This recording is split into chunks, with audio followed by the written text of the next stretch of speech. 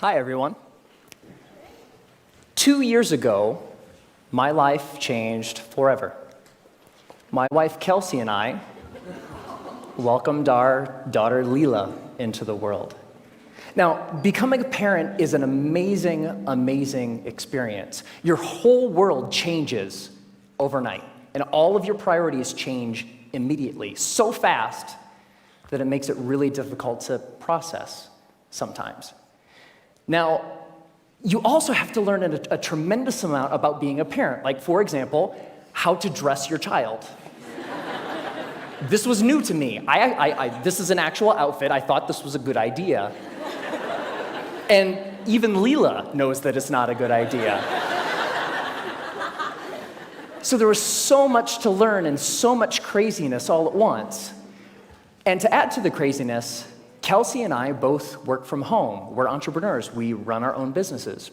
So Kelsey develops courses online for yoga teachers. I'm an author. And so I'm working from home. Kelsey's working from home. We have an infant, and we're trying to make sure that everything gets done that needs done. And life is really, really, really busy. And a couple weeks into this amazing experience, when the sleep deprivation really kicked in, like around week 8, I had this thought, and it was the same thought that parents across the ages, internationally, everybody has had this thought, which is, I am never going to have free time ever again. And somebody said it's true. Yeah, it's not exactly true, but it feels really, really true in that moment. And this was really disconcerting to me, because one of the things that I enjoy more than anything else is learning new things. Getting curious about something and diving in and fiddling around and learning through trial and error and eventually becoming pretty good at something. And without this free time, I didn't know how I was ever going to do that ever again. And so I'm a big geek. I want to keep learning things. I want to keep growing. And so what I decided to do was go to the library and go to the bookstore and look at what research says about how we learn and how we learn quickly. And I read a bunch of books, I read a bunch of websites, and trying to answer this question: how long does it take to acquire a new skill? You know what I found? 10,000 hours. Anybody ever heard this?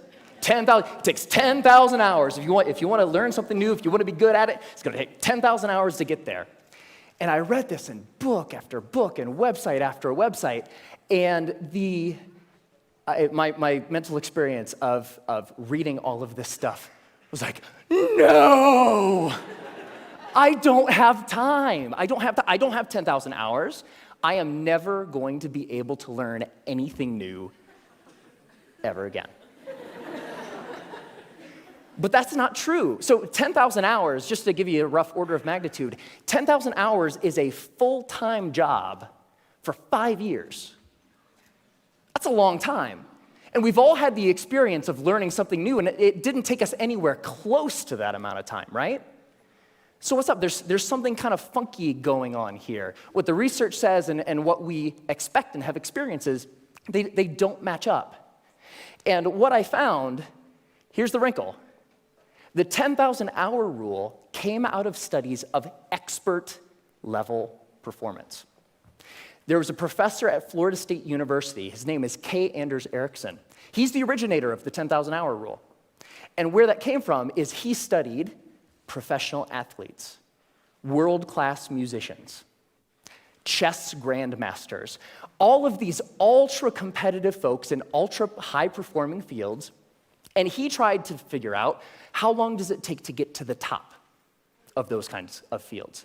And what he found is the more deliberate practice, the more time that those individuals spent practicing the elements, whatever it is that they do, the more time you spend, the better you get. And the folks at the tippy top of their fields put in around 10,000 hours of practice. Now, we were talking about the game of telephone a little bit earlier. here's what happened. An author by the name of Malcolm Gladwell wrote a book in 2007 called Outliers, the Story of Success. And the centerpiece of that book was the 10,000-hour rule. Practice a lot, practice well, and you will do extremely well. You'll reach the top of your field. So the message, what Dr. Erickson was actually saying is, it takes 10,000 hours to get to the top of an ultra-competitive field in a very narrow subject. That's what that means. But here's what happened. Ever since Outliers came out, immediately came out, reached the top of the bestseller list, stayed there for 3 solid months. All of a sudden, the 10,000-hour rule was everywhere. And a society-wide game of telephone started to be played. So this message, it takes 10,000 hours to reach the top of an ultra-competitive field, became, it takes 10,000 hours to become an expert at something, which became, it takes 10,000 hours to become good at something, which became, it takes 10,000 hours to learn something. But that last statement, it takes 10,000 hours to learn something, it's not true. It's not true. So, what the research actually says, if I spent a lot of time here at the CSU library in the cognitive psychology stacks, because I'm a geek. And when you actually look at the studies of skill acquisition, you see over and over and over a graph like this. Now, researchers, whether they're studying a motor skill, something you do physically, or a mental skill, they like to study things that they can time, because you can quantify that, right? So they'll give research participants a little task, something that requires physical arrangement or something that requires learning a little mental trick, and they'll time how long a participant takes to complete the skill. And here's what this graph says. When you start, so when researchers gave participants a task, it took them a really long time because it was new and they were horrible. With a little bit of practice, they get better and better and better, and that early part of practice is really, really efficient. People get good at things with just a little bit of practice. Now, what's interesting to note is that if, we don't really, for skills that we want to learn for ourselves, we don't care so much about time, right? We just care about how good we are, whatever good happens to mean.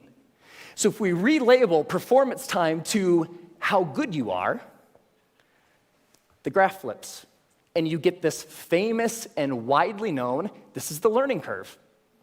And the story of the learning curve is when you start, you're grossly incompetent and you know it, right? With a little bit of practice, you get really good really quick. So that early level of improvement is really fast. And then at a certain point, you reach a plateau, and the subsequent gains become much harder to get. They take more time to get. Now, my question is, I want that, right? How long does it take from starting something and being grossly incompetent and knowing it to being reasonably good in, hopefully, as short a period of time as possible? So, how long does that take? Here's what my research says. 20 hours. That's it. You can go from knowing nothing about any skill that you can think of. Want to learn a language? Want to learn how to draw? Want to learn how to juggle flaming chainsaws? If you put 20 hours of focused, deliberate practice into that thing, you will be astounded at how good you are. 20 hours is doable. That's about 45 minutes a day for about a month, even skipping a couple days here and there. 20 hours isn't that hard to accumulate. Now, there's a method to doing this, because it's not like you can just start fiddling around for about 20 hours and expect these massive improvements. There's a way to practice intelligently. There's a way to practice efficiently that will make sure that you invest those 20 hours in the most effective way that you possibly can. And here's the method. It applies to anything. The first is to deconstruct the skill. Decide exactly what you want to be able to do when you're done, and then look into the skill and break it down into smaller and smaller pieces. Most of the things that we think of as skills are actually big bundles of skills that require all sorts of different things. The more you can break apart the skill, the more you're able to decide what are the parts of this skill that will actually help me get to what I want, and then you can practice those first. And if you practice the most important things first, you'll be able to improve your performance in the least amount of time possible. The second is learn enough to self-correct. So get 3 to 5 resources about what it is you're trying to learn. Could be books, could be DVDs, could be courses, could be anything. But don't use those as a way to procrastinate on practice. I know I do this, right? Get like 20 books about the topic. It's like, I'm gonna start learning how to program a computer when I complete these 20 books. No, that's procrastination. What you want to do is learn just enough that you can actually practice and self-correct or self-edit as you practice.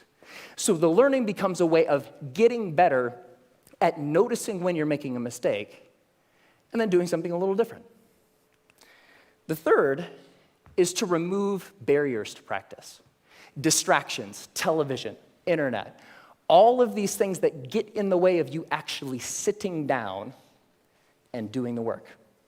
And the more you're able to use just a little bit of willpower to remove the distractions that are keeping you from practicing, the more likely you are to actually sit down and practice, right?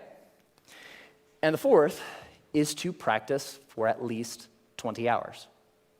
Now, most skills have what I call a frustration barrier.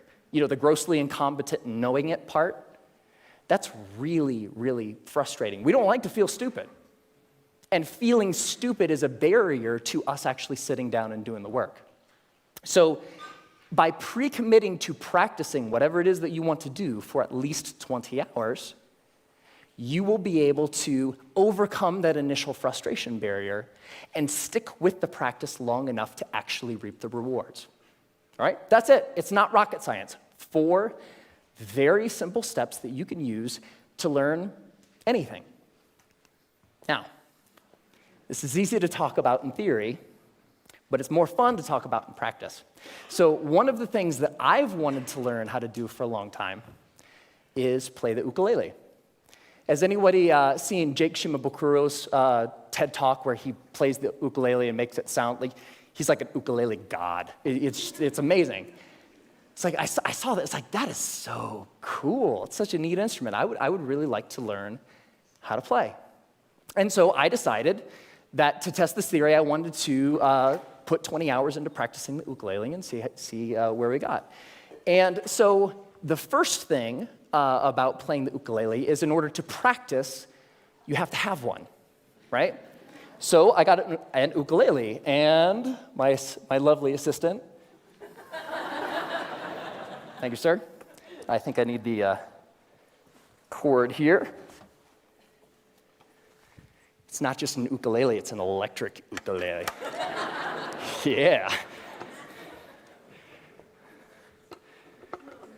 So the first couple hours are just like the first couple hours of anything. You have to get the tools that you're using to practice. You have to make sure that they're available. My ukulele didn't come with strings attached. I had to figure out how to put those on. Like, that's kind of important, right? And learning how to tune and learning how to make sure that all of the things that need to be done in order to start practicing get done, right? Now, one of the things when I was ready to actually start practicing was I looked in online databases and songbooks for how to play songs. And they say, okay, ukuleles, you can play more than one string at a time, so you can play chords. That's cool. You're accompanying yourself. Yay, you. And when I started looking at songs, I had an ukulele chord book that had like hundreds of chords. I was like looking at this thing, like, whoa, that's intimidating. But when you look at the actual songs, you see the same chords over and over, right? As it turns out, playing the ukulele is kind of like doing anything. There's a very small set of things that are really important and techniques that you'll use all the time.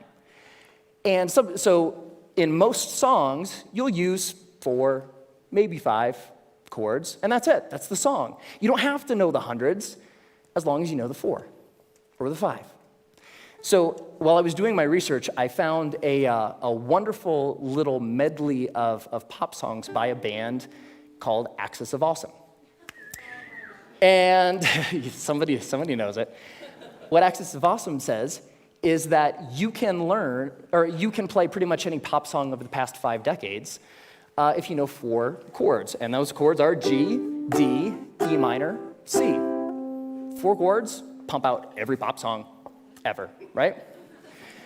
So I thought, this is cool. I would like to play every pop song ever. So that was the first song I decided to learn, and I would like to actually share it with you. Ready? All right.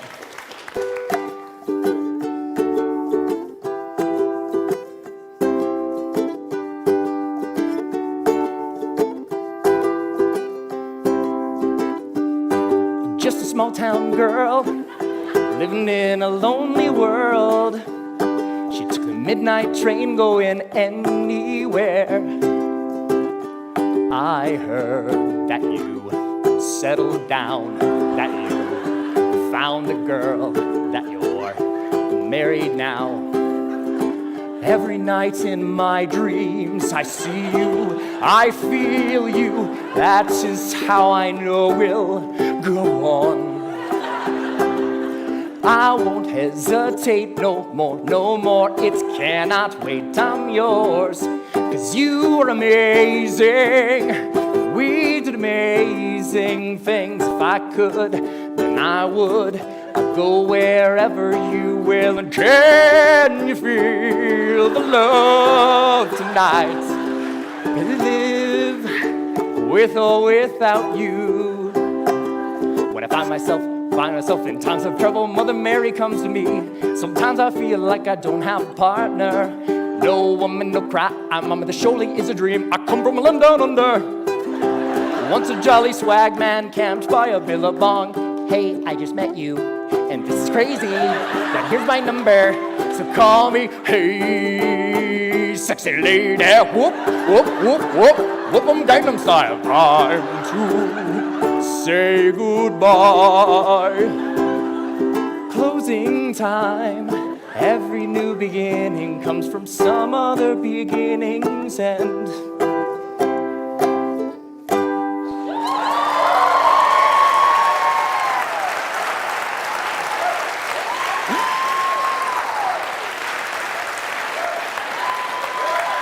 Thank you. Thank you. I love that song. And I have a secret to share with you. So by playing that song for you, I just hit my 20th hour of practicing the ukulele. Thank you.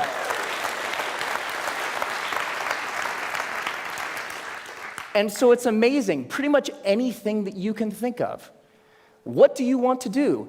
The major barrier to learning something new is not intellectual. It's not the process of you learning a bunch of little tips or tricks or things. The major barrier is emotional. We're scared. Feeling stupid doesn't feel good. In the beginning of learning anything new, you feel really stupid. So the major barrier is not intellectual, it's emotional. But put 20 hours into anything. Doesn't matter. What do you want to learn? Do you want to learn language? Do you want to learn how to cook? Do you want to learn how to draw? What turns you on? What lights you up? Go out and do that thing. It only takes 20 hours. Have fun.